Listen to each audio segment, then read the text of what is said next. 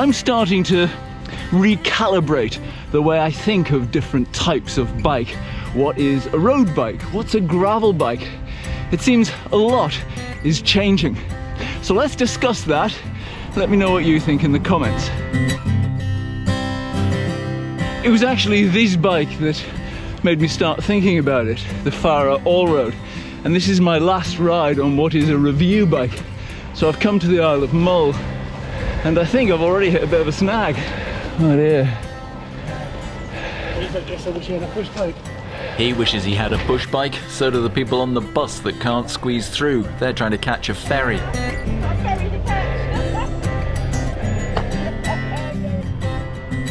Through Tobermory, let's get back on topic. It was when I was looking for the right words to describe this bike. I put it as sporty endurance, but I knew that wasn't right.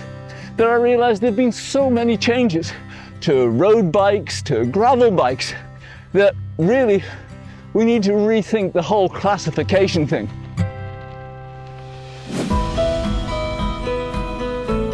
Gravel bikes were already shaking things up when I started this channel. But gravel wasn't straying all that far from cyclocross. I mean, look at the narrow clearance on this Kinesis, which, and we'll get to this, they were already calling an adventure bike. My, how things have changed. Because this is, without doubt, a road bike. Just look at the short back end, the cutaway seat tube. It feels like a road bike. And yet here I am, bashing around on gravel.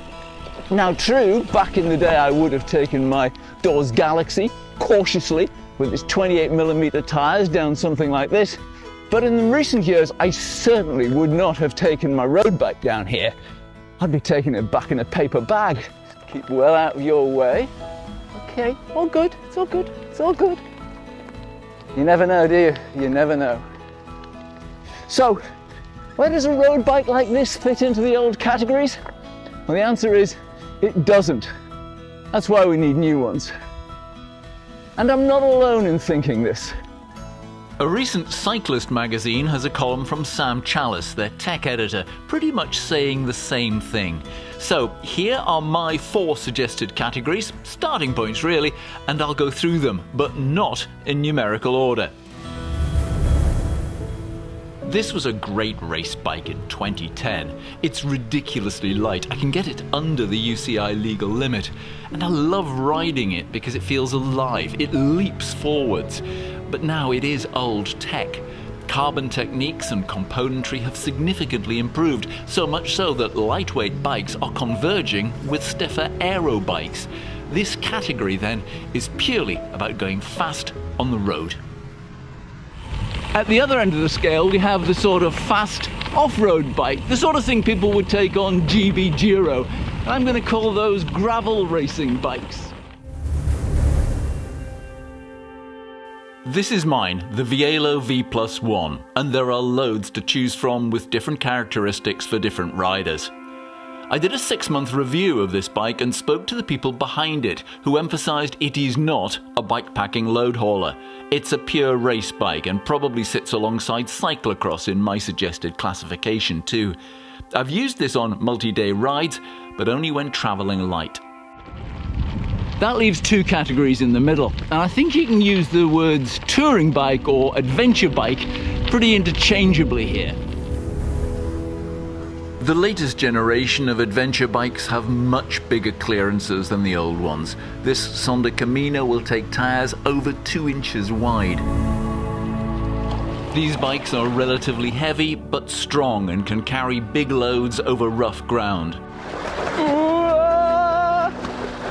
God almighty, that's deep, keep going, do not stop.